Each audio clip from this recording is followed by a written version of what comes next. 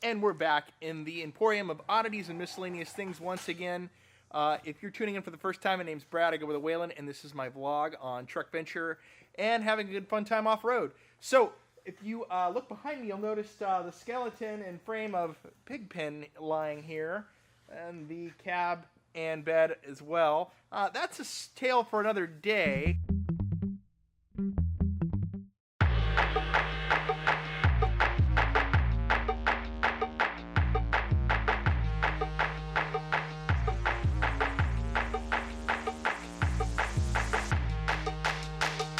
Okay, now I'm going to show you what is up with the undressed Pigpen here in the Emporium of Oddities and Miscellaneous Things, and what Nick is up to with this this contraption here. So, Mr. Nicholas? So see, what happened is, truck has 320,000 and change miles. Unfortunately, this is the original engine and original pretty much everything. Finally, this engine decided to seize, so it's completely stuck. You will not rotate this motor. So it's dead, and the solution, turns out, is coming from a Lincoln Navigator. So this is a single cam, and this hotness over here, this beautiful, beautiful, well, soon to be beautiful, monstrosity is a twin cam 32 valve 5.4 V8. Basically the same motor, just way more fun. And you know, a few things to sort: which intake manifold we'll put on it, getting the headers in for the new High Pro exhaust. But I figured since we're here, might as well do it right.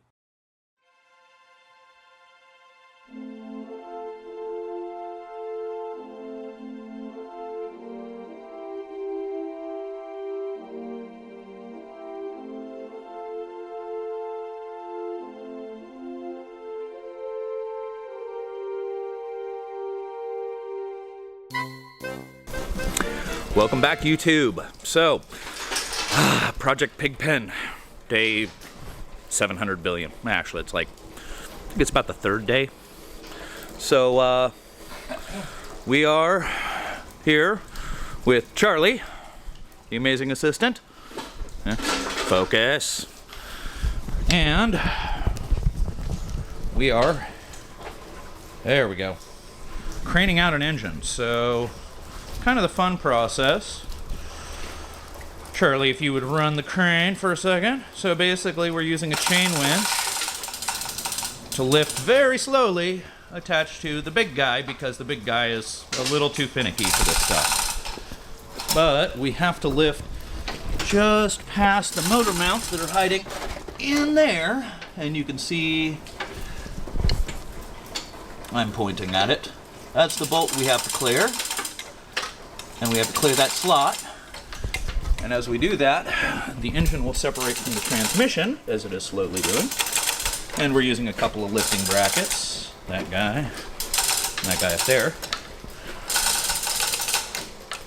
Unfortunately, because Pigpen's motor seized, we are running into an issue where we can't take the torque converter out. So we're having to do that outside of the truck. So this will be fun. And as you can see by this completely disassembled mess, we've got engine with torque converter out. It's slowly dribbling away. I'm gonna have to do a little cleanup in the bell housing, but it looks like it came out pretty clean. Now the fun part, getting focused, those 4 bolts out, because those 4 would hold the torque converter on and the engine seized, so makes it focus. You can do it. There we go. So for those of you wondering why I'm removing the engine, that nice little hole right there, stick my finger all the way inside the engine block, and this chunk right here missing out of the casting, that would be where part of the block came out. Knock knock, who's there? Judging by spacing, about piston 8. I thought it was 6, who knew? So, fall down, go boom. And for a further back shot, that is come on, focus, there you go. That is the driver's side, pretty much the back of the block. Several days later, working on the rebuild of what's left of Pigpen. We've had a few delays, but actually right now we are about to scrub up ye old valve cover gaskets and the rest of the new block, get it ready for paint, and we're going to do an autopsy on the old motor and find out why Piston 8 decided to go walkabout. It's got a fair amount of dirt and focus, grime and all that, random number markings, and as you can see by the overspray on the sticker here, somebody's definitely tried to rattle can it at some point for some unknown reason. So I'm going to pull all of the rubber gaskets off and everything. I've got the valve covers off the block to do them separately. And then, all the way over here, we have our nice shiny twin cam new motor. Modular Ford, 4-valve. This is a motor out of a Lincoln Navigator, of course. These heads are the same as a lot of the high-performance Ford stuff, believe it or not. So we're going to scrub down the block, clean everything off, get ready for new timing chains, new gaskets, the whole kit and caboodle. But before I do that, I figured, why not paint it? And as for paint, we're actually going to be using this Duplicolor engine paint because it's what I could buy at the local parts store. And we're going to be going with what is called Ford Dark Blue for the block, because it's a pretty good match to the rest of Pigpen. And thinking about doing the valve covers in white just because I'm weird and hate myself, because what's more fun than trying to clean white car parts? So I'm just pulling all the last of the rubber gasket. I don't really care where they end up because they'll all be replaced. Trying not to stab myself. But I already took one fingertip off this week. I'm not doing it again. Stay. The big question everybody's been asking me, actually nobody has, I've just asked myself, is whether or not I want to try and keep the original engine sticker. I'm going to lightly wipe it off with acetone, see if it comes out. If not, it gets stripped. Who cares? More caps. And a whole lot of simple green and some scrubbing. Moment of truth. We're about to find out what happened to Pigpen. Pigpen's engine and my amazing assistant, my stepdad Charlie. Notice, wearing a Rover shirt. You know we're weird. Let's go ahead and pop this thing off and see how bad it is. My bet is oil starvation at the crank. Okay, so we have a little bit of something in the bottom of the oil pan. Yeah. And that appears to be pistons 7 and 8 are missing. So see, there's pistons 5 and 6 down there. Come on, focus. Wait a minute. Let me shine a light on the subject.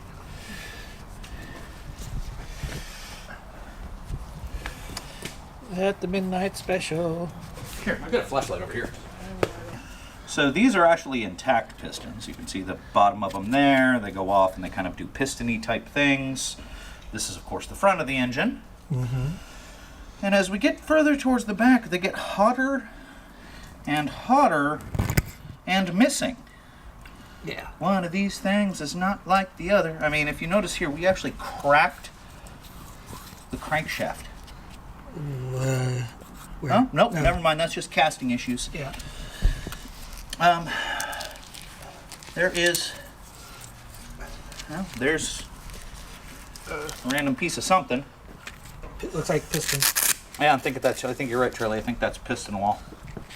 All right, time to get the scavenge tray out, and we'll be back with you guys in a second. All right, guys, welcome back with me for a second. I'm going to come around behind Charlie's shoulder because I want to show you something. So as you can see, there's a nice little hole in the block where my finger's going through. Wiggle, wiggle. Yeah. Now, if you look all the way down there, if you turn the flashlight underneath, Charlie, you can see most of what's left. Come on, focus. All the way down there in the bottom, that's what's left of a piston rod. And we think there's some piston in there. On the other side, you can see where The bottom. Focus, there we go. So that's part of a piston, although it's gone completely sideways. You're not supposed to see those parts of the piston. That's the Wrist pin. the wrist pin and the rings. Connecting rod. Yeah, the half rod's of there. Half of it. I pulled this chunk of a connecting rod out. This is probably what actually punched the hole in the side of the block. Well, let's just see. It acted like a hammer, is my guess. Let's see. So, let's see if it fits the hole. Oh. Fancy that. Winner, winner, chicken dinner. Damn.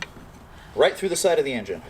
So when it tore loose, it managed to rip hard enough that it actually used itself as a hammer to put itself through the side of the engine block. And it came from the other side of And it came all the way through. So that's a hell of a thing, kids. But as you can see here, yeah, once they tore loose, they scored pretty well. So my guess is this thing got starved of oil somehow. It had oil in it, but I'm thinking there was some kind of clog. Judging by the sheer amount of schmoo in the bottom, it's hard to tell anymore, but that's toast. All right, now we get to rotate the driver's side head backwards, which I'm not supposed to, so that I can get the timing chain bottom cam to align. Oh, come on, baby. Come on, come on, come on, come on, come on, come on, come on. Ah, yes. Now all we have to do is go another that many teeth. Come on, baby. Come on. Gently. That'll pucker you. At least if you know what you're doing, it will. I'm sure that's not sketchy at all. Top side tight. Stop moving, engine. There we go. Now all I have to do is grab parts over there while holding tension. Alright, so that's the cab of the truck.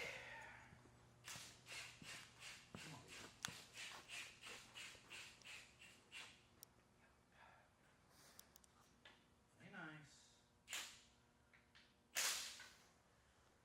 Woohoo! Alright, one down.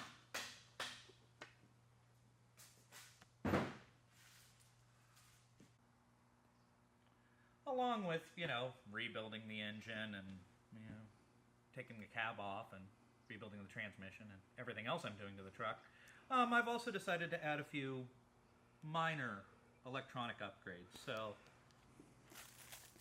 fast charging QI port, for wireless charging. That'll be going in the new center console that's hiding inside the truck I built.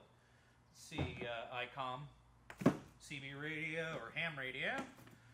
220 megahertz DSRM radio, CB radio, new switches, new lighting, another light bar, emergency light bar, roof rack. Oh yeah, and I'm flatbedding it so I can put toolboxes on the back. See, and this guy goes on this. Nope, this guy goes on this way. Double checking I'm doing that right. I think maybe Bueller. Yeah, sure, that looks right from here. Bueller. So these are keyed, so you can't really screw this up, which is kind of nice, because I didn't bother spending the $300 on the specialty tools for it. And that says a lot, because I have a 9.5-foot toolbox.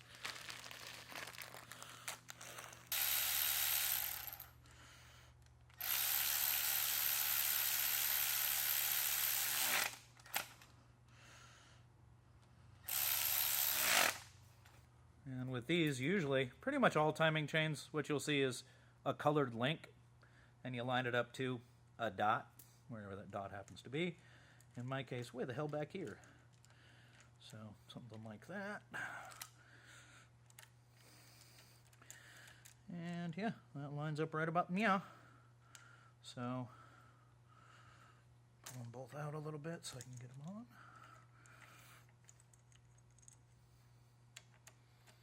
See? So, line up the chains, and although it's hard to tell, but having done this a few times, that one's lined up as well. Put them back on.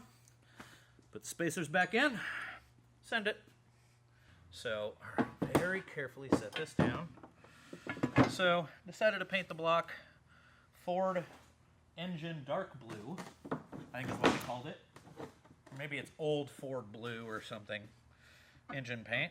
And then the valve covers are going to be in Ford White. Well, not Ford white, but white. Because that's old school Ford racing colors.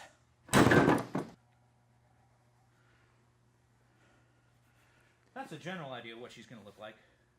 Before coil packs, and let's also remember light blue coil packs. It's almost like you thought this out. You know.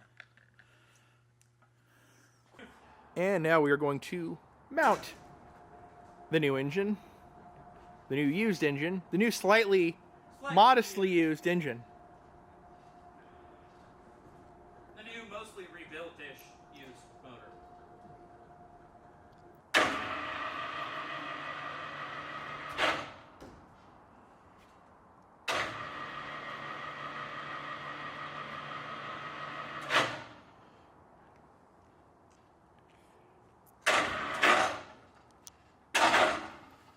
Okay, that should align that.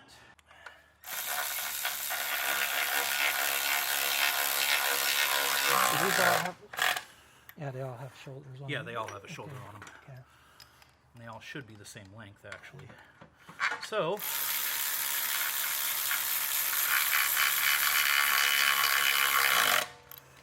all right, before we torque them completely down, let's pull the other two. In the continuing saga of Pigpen here at the Emporium of Oddities and Miscellaneous Things, we have a fully put together truck and a new engine, well, new used engine in Pigpen, ready to go. The truck runs, it goes. There's a few tweaks to do to the truck to make it 100%, and I'm going to have Nick talk about his process on that. It's done, mostly. It's been 9 weeks, I want to say, maybe 10 weeks total. A lot of that time's been waiting on parts because this winter has been a nightmare for that.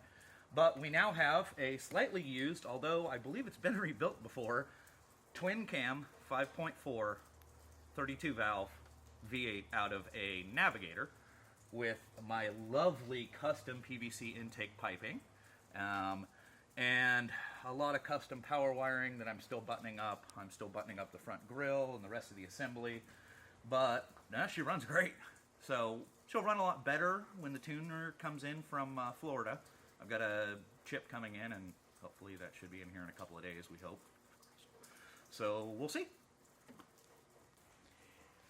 And now for a cold start on a 2002 F-150 with a V8 engine out of an 03 Navigator, surplanted in the hood, bonnet, front end, whatever you want to call it. Here we go. Cold start. Doesn't sound too bad. How many of you...